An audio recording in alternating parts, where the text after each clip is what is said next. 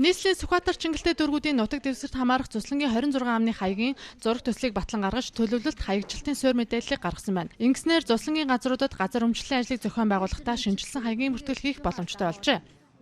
Өмчлийн чиглэлээр хийгдэж буй ажлуудын нэг болох Цуслангийн газар өмчлийн ажилд шаардлагатай бэлтгэл бүрэн хангагдсан, эхлүүлэхээр шийдвэрлсэн засаг даргын захирамж гарсан.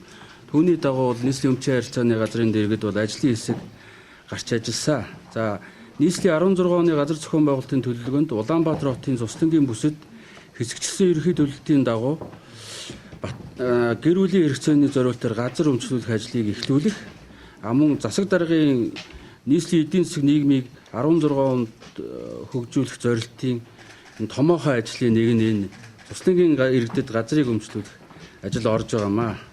Батлагдсан 26 байршил нь Сүхбаатар дүүрэгт арах устай, цолмон, цэн, бэлхийн даваат, бэлхийн мант, гоодой, баян булаг, бэлхийн хадат, бэлх, бэлхийн цурайт, хандгаатын богино, хуурай мухар, maaхан толгой, санзай, сэлб, сэлх, шарга морт, 100 мод зэрэг 19 ам, Чингэлтэй дүүрэгт жигжид, яргаат, ар согоот, гүнт, ойн булаг, шадивлан, яргаатын богино зэрэг 7 аманд тус өмчлийн ажил зохион байгуулагдана. Харин газар өмчлөх хүсэлтэй иргэдийн хувьд хуулийн заасамчлан, хот тосгон, бусад суурины нутаг дэвсгэрдэх гудамж, талбай, зам амралт, зугаалга, биеийн тамирын зорилттой газар, цэцэрлэг, оршуулгын газар, хог хаягдлын цэг, цэвэршүүлэх талбай зэрэг нийтийн эдэлбэрийн газрууд, бэлчээр, ойн болон усны сан бүхий газар, тусгай хэрэгцээний газар, зам шугам сүлжээний газраас бусад газарт газар өмчлөх боломжтой. Нийслэлд Цуслангийн газар өмчлөлийн ажлыг зохион байгуулахдаа иргэдэд хэт ачаалал үүсгэхгүй зардлыг хянах зорилгоор иргэдийн хүсэлтийг цахим хэлбэрээр хүлээн авч анхан шатны хариу өгч ажиллахаар болжээ.